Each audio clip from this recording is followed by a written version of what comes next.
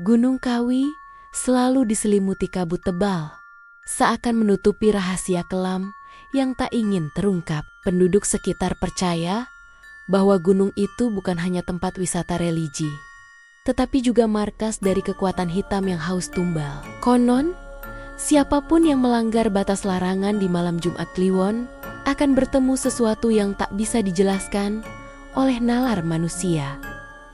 Randy, seorang mahasiswa antropologi, datang bersama 3 temannya untuk meneliti kebudayaan spiritual di sana. Mereka tertarik akan mitos-mitos soal pesugihan dan pemujaan setan yang dilakukan diam-diam oleh segelintir orang di lereng gunung. Namun penduduk lokal memperingatkan mereka untuk tidak naik ke puncak saat malam hari, terutama ketika suara gamelan terdengar tanpa wujud. Alih-alih mengindahkan larangan, mereka justru semakin penasaran. Randy, yang terobsesi dengan dunia mistis, merasa ini adalah peluang emas untuk membuktikan keberadaan ritual sesat yang selama ini hanya menjadi bisik-bisik warung kopi. Malam itu, mereka diam-diam mendaki. Kabut turun begitu cepat. Udara berubah dingin, dan suara-suara asing mulai terdengar dari balik pepohonan. Tak ada satupun bintang di langit, hanya cahaya senter yang bergetar di tangan mereka dan rasa takut yang mulai merayap. Apa yang mereka temukan di atas sana bukanlah bukti akademik, melainkan sebuah jalan menuju neraka yang tersembunyi di jantung Gunung Kawi. 3 hari sebelum keberangkatan, Randy bermimpi aneh. Ia melihat seorang kakek berjubah hitam duduk bersila di tengah lingkaran api, membacakan mantra dalam bahasa yang tak dikenalnya. Wajah si kakek penuh luka, namun matanya tajam menatap Randy dan berbisik, "Datanglah, waktumu sudah dekat." Begitu terbangun, tubuh Randy menggigil, tapi alih-alih takut, ia justru merasa terpanggil. Ia menceritakan mimpinya kepada Dika, Intan, dan Wahyu teman Temonia, sesama mahasiswa. Meski awalnya ragu, rasa penasaran mereka lebih besar daripada logika. Intan yang sensitif terhadap hal gaib sempat merasa pusing saat Randy menyebut Gunung Kawi, tapi tak ada yang menganggap serius firasatnya. Mereka pun berangkat ke Malang. Sesampainya di desa kaki Gunung Kawi, mereka menyewa losmen kecil milik Pak Wiryo, pria tua yang tampak selalu waspada. Begitu tahu mereka ingin naik ke atas untuk observasi ritual pesugihan, wajah Pak Wiryo langsung pucat. "Jangan coba-coba ikut campur. Di atas sana bukan untuk orang luar," ucapnya lirih sambil menyalakan dupa. Namun, larangan itu justru memicu rasa ingin tahu mereka. Malam harinya, suara kentongan terdengar dari arah gunung, disusul irama gamelan yang seharusnya tidak ada di malam sepi. Randy berdiri di teras, menatap puncak yang tersembunyi dalam kabut tebal, seolah ada sesuatu yang sedang memanggilnya kembali. Pagi harinya, Randy dan ketiga temannya mulai pendakian. Mereka mengikuti jalur resmi pendakian Gunung Kawi. Tapi niat mereka bukan sekadar mendaki, mereka ingin menemukan lokasi rahasia tempat ritual itu dilangsungkan. Wahyu membawa catatan dari internet. Peta yang digambarkan berdasarkan testimoni anonim di forum-forum mistis. Salah satu titik yang disebutkan adalah pohon beringin 3 yang tak tercantum di peta wisata manapun. Dari situ, katanya ada jalur kecil ke arah barat laut. Tapi jalur itu tidak boleh dilewati orang biasa, jelas Wahyu sambil menunjuk layar ponselnya. Setelah 2 jam perjalanan, mereka menemukan beringin tua berdiri menjulang. Akar-akarnya melilit tanah seperti ular kelaparan. 3 batang besar tumbuh sejajar. Di dekatnya ada jejak tanah kecil yang menurun tajam dan tertutup semak. "Ini jalannya," gumam Randy. Intan merinding. "Tunggu, jalur ini gak wajar." Aku ngerasa diawasi. Namun, suara gamelan samar kembali terdengar. Irama itu seolah berasal dari bawah, dari ujung jalur rahasia yang gelap dan menelan cahaya matahari. Tanpa banyak bicara, mereka mulai menuruni jalur tersebut. Kabut perlahan turun, dan suara burung hutan menghilang. Langkah mereka terasa berat, seolah tanah menolak diinjak. Di kejauhan, samar terlihat bayangan hitam berdiri diam di tengah kabut. Tapi saat di senter, tak ada siapa-siapa. Mereka sudah terlalu jauh untuk mundur. Langit mendung semakin menebal. Di tengah hutan yang sunyi, keempat mahasiswa itu tiba di sebuah tanah lapang kecil yang dikelilingi pepohonan tua. Rasa sesak menyelimuti dada mereka, dan suhu udara mendadak turun drastis. Tiba-tiba, terdengar lantunan kidung aneh dari kejauhan. Irama gamelan bercampur suara nyanyian berat dalam bahasa kuno. Mereka mendekat perlahan ke arah sumber suara. Dari balik semak, Randy melihatnya lebih dulu sekumpulan orang berjubah hitam duduk melingkar menghadap api unggun. Wajah mereka tertutup topeng kayu. Di tengah lingkaran, ada sesajen berisi kepala ayam, bunga 7 rupa, dan foto-foto seseorang yang tampaknya baru saja diambil. Di atas altar batu, berdiri seorang pria tinggi dengan jubah merah gelap. Wajahnya penuh simbol aneh. "Ini bukan pertunjukan," bisik Intan gemetar. Wahyu mengangkat ponsel hendak merekam, tapi Randy segera menahan tangannya. "Jangan, mereka bisa tahu." Mendadak, seluruh jubah hitam itu berhenti bergerak. Mereka menoleh bersamaan ke arah semak tempat keempat anak muda itu bersembunyi. Tak ada suara, hanya mata-mata tajam yang menembus kabut, seolah tahu mereka sedang mengintip. Seketika, api unggun padam, kabut menebal, dan suara gamelan berhenti. Jantung Randy berdebar liar. Saat ia menoleh, Intan sudah tidak ada di sampingnya. "Intan!" teriaknya panik. Yang tersisa hanya jejak kaki kecil yang mengarah ke tengah lingkaran. Randy, Wahyu, dan Dika berlarian ke tengah lapangan, tempat terakhir Intan terlihat. Namun, lingkaran jubah hitam itu telah lenyap. Begitu pula altar dan api unggun.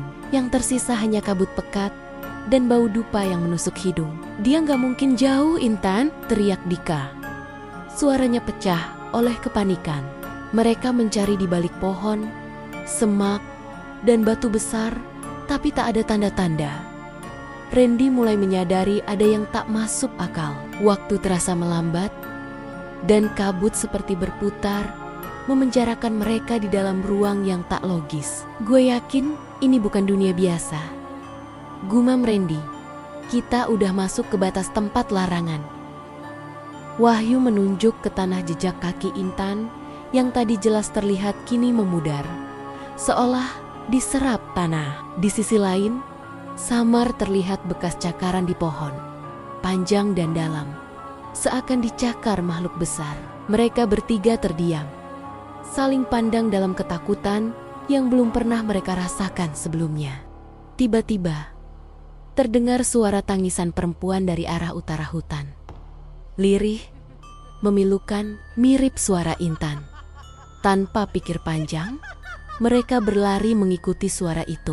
Namun semakin mereka berlari, suara itu terasa semakin jauh dan berubah perlahan menjadi tawa serak yang menghina. Di ujung jalur, mereka tiba-tiba berhenti.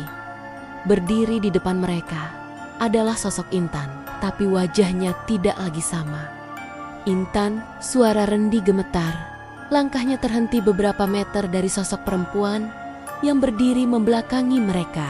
Sosok itu perlahan berbalik. Memang tubuh Intan, lengkap dengan jaket dan syal merahnya. Tapi wajahnya datar tanpa ekspresi. Matanya kosong, menatap lurus tanpa kehidupan. Bibirnya kaku, seolah ada senyum aneh yang dipaksa menempel.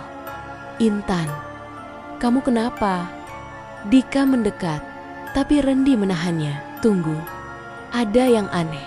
Tiba-tiba, Intan tertawa pelan. Suara tawanya berat, bukan suara Intan. Ada gema gelap di balik tawa itu. Matanya berubah hitam legam, dan dari balik punggungnya muncul bayangan hitam menyerupai tangan panjang yang merayap ke tanah. "Dia sudah bersama kami." Suara dari mulut Intan terdengar ganda, seperti dua orang berbicara, bersamaan suara Intan dan suara lelaki tua. Wahyu berteriak panik dan melempar segenggam garam yang ia bawa dari ritual perlindungan. Sosok itu menjerit keras dan mundur ke dalam kabut, lalu menghilang dalam sekejap. Randy terduduk lemas. Ia sadar, mereka tidak hanya menghadapi ritual pemujaan, tapi juga kekuatan yang bisa merasuki jiwa manusia. Kita harus temukan tubuh asli Intan sebelum dia benar-benar tidak bisa kembali. Ujar Randy pelan. Di kejauhan, suara gamelan kembali terdengar. Kali ini diiringi suara puluhan orang yang menyebut satu nama, Batara Kala. Suara gamelan semakin dekat. Irama gendang dan kenong berpadu dengan lantunan mantra kuno yang mencekam. Randy, Wahyu, dan Dika mengikuti suara itu dengan langkah ragu, menyusuri jalur setapak yang seolah terbentuk sendiri di antara pepohonan yang merunduk, bagai tunduk pada sesuatu yang lebih besar. Setelah berjalan sekitar 15 menit, mereka tiba di sebuah dataran yang dikelilingi patang-patang batu tua.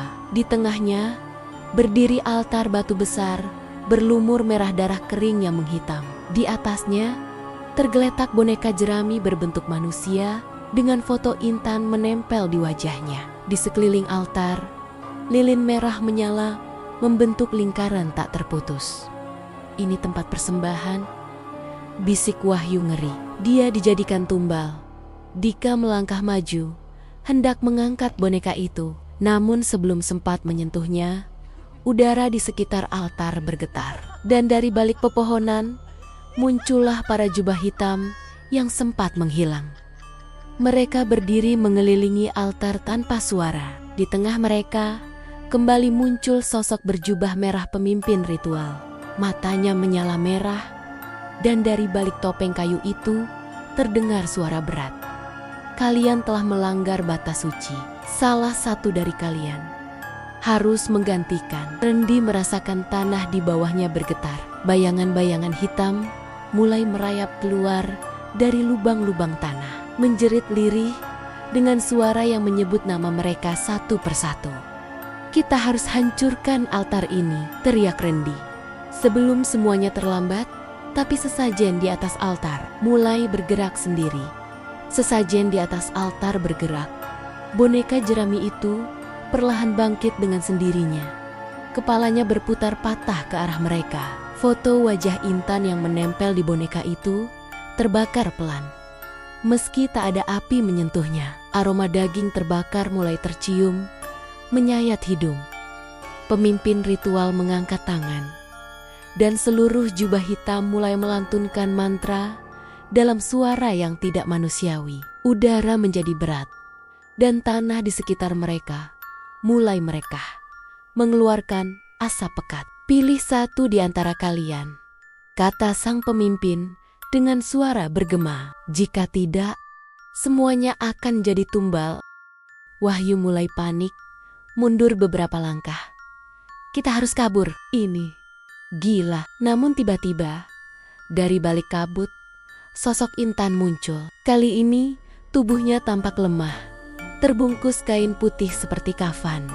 Matanya terbuka, namun kosong. Ia melangkah perlahan menuju altar, seolah tak sadar diri. Intan, jangan! Randy berlari menerjang, mendorong Intan menjauh dari lingkaran sesajen. Saat ia menyentuh tubuh Intan, tubuh itu bergetar hebat, lalu seketika jatuh pingsan. Pemimpin ritual mendesis marah.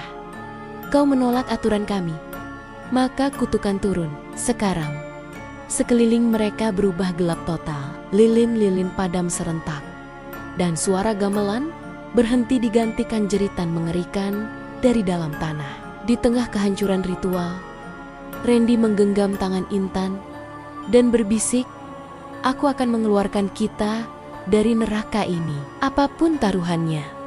Tanah di bawah altar terbelah, menampakkan lubang besar berisi api menyala-nyala. Asap hitam mengepul dari dasar lubang, disertai aroma belerang yang menyengat. Dari dalamnya terdengar jeritan-jeritan menyayat, seperti suara manusia disiksa tanpa henti.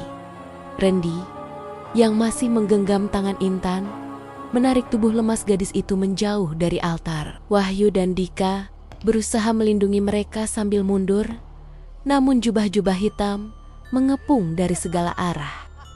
Tiba-tiba, satu makhluk muncul dari lubang neraka.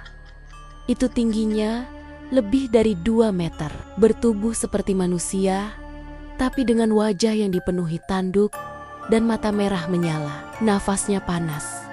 Tubuhnya dililit rantai yang berdenting setiap ia melangkah. Batara Kala, desis Wahyu ketakutan. Makhluk itu menunjuk ke arah Randy. Kau menolak keseimbangan. Kau harus membayar. Namun Randy berteriak, kami tak pernah membuat perjanjian denganmu. Kami bukan bagian dari ritual kalian. Tapi pemimpin ritual menjawab, kalian datang atas undangan. Mimpi adalah panggilan dan kau menjawabnya. Mereka berlari menyusuri hutan, tapi setiap langkah justru membawa mereka kembali ke tempat yang sama, lingkaran altar, lubang neraka, dan makhluk itu. Seolah gunung ini bukan lagi dunia biasa. Mereka telah masuk ke dimensi lain. Tempat waktu dan ruang tak berlaku. Kalau ini pintu menuju neraka, ujar Randy lirih, maka harus ada yang menguncinya kembali. Dari dalam, wajahnya mulai pasrah. Tapi sebelum ia melangkah ke tepi lubang, suara Intan memanggilnya pelan. Jangan. Intan perlahan siuman. Matanya masih sayu, tapi ia bisa bicara. Aku melihat semuanya. Saat kesadaranku dikurung, mereka menanam roh pemuja di tubuhku. Tapi belum terlambat. Randy, Dika, dan Wahyu memandangnya tak percaya. Bagaimana kita bisa keluar dari sini? Tanya Wahyu dengan suara parau. Intan menunjuk liontin kecil di lehernya, jimat pemberian neneknya yang selama ini ia anggap sekadar aksesori. Ini, katanya, bisa menolak gangguan dari alam lain. Tapi harus dihancurkan di atas altar darah. Batara Kala mengaum keras. Menyadari rencana mereka, sosok jubah merah melayang mendekat, mencoba menyerang. Dika melemparkan batu ke arah makhluk itu, membuatnya terdorong ke belakang sejenak. Cepat, lakukan sekarang, teriak Randy. Intan berlari menuju altar. Dengan tangan gemetar, ia mengangkat liontin itu dan menghantamkannya ke batu berlumur darah. Seketika, kilatan cahaya menyilaukan meledak dari altar, membakar lilin-lilin dan mengusir para jubah hitam yang menjerit kesakitan. Batara Kala meraung, tubuhnya mulai retak dan menghitam. Lubang neraka mengecil, ditelan cahaya putih yang memancar dari altar. Namun sebelum semuanya lenyap, suara pemimpin ritual terdengar samar. Kutukan tidak bisa dibatalkan, hanya dialihkan. Seketika, tubuh Dika terpental ke dalam lubang. Ia sempat menatap Randy, tak berkata, hanya tersenyum pasrah. Lubang menutup, sunyi. Setelah ledakan cahaya terakhir mereda, hutan mendadak senyap. Tak ada suara gamelan, tak ada kabut, bahkan jangkrik pun tak terdengar. Randy, Wahyu, dan Intan terdiam, berdiri di tengah altar yang kini pecah dan tak lagi mengeluarkan aroma darah. Lubang neraka benar-benar menghilang. Namun kehilangan Dika menorehkan luka yang tak bisa dihapus. Kita harus keluar dari sini, bisik Intan dengan suara lemah. Mereka menyusuri jalur yang semula tak masuk akal. Tapi anehnya, kini terasa terbuka dan bisa diikuti. Pohon-pohon tak lagi merunduk. Kabut mulai tersingkap. Matahari pagi menyinari jalan mereka dengan hangat yang lama tak terasa. Sesampainya di kaki gunung, Pak Wiryo menyambut mereka dengan wajah pucat. Kalian selamat? Kami kehilangan satu, jawab Randy datar. Pak Wiryo menarik napas panjang. Gunung Kawi tidak pernah mengambil tanpa alasan. Kadang dia cuma menunggu orang yang cukup nekat untuk membayar. Randy hanya diam. Di sakunya, ia menemukan liontin Intan utuh. Padahal tadi telah dihancurkan di altar. Ia tak paham bagaimana bisa kembali utuh? Tapi satu hal pasti, kekuatan dari tempat itu belum benar-benar lenyap. Malam harinya, saat Randy menatap jendela losmen, ia melihat sosok Dika berdiri di bawah pohon beringin, tersenyum, lalu perlahan menghilang di telan kabut. Gerbang itu mungkin telah tertutup, tapi belum terkunci selamanya. Beberapa minggu setelah kejadian itu, Randy kembali ke kampus, mencoba menjalani hidup normal. Tapi malam-malamnya tak pernah sama. Mimpi buruk menghantuinya. Hampir tiap malam mimpi tentang lingkaran jubah hitam, jeritan dari dalam tanah, dan Dika yang menatapnya dari balik kabut dengan mata kosong. Wahyu berhenti kuliah. Ia dikabarkan pulang ke desanya dan tak mau berbicara pada siapapun soal pendakian ke Gunung Kawi.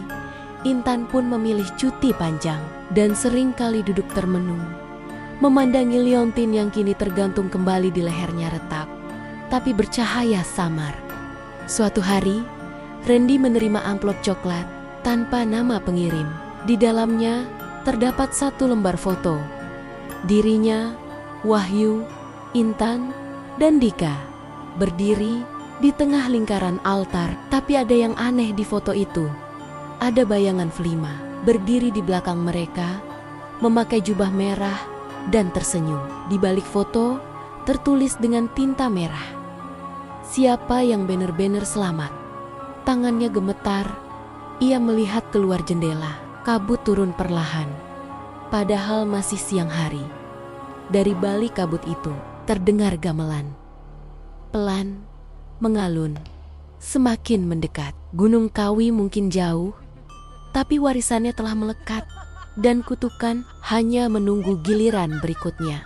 3 bulan berlalu. Desa di kaki Gunung Kawi kembali tenang.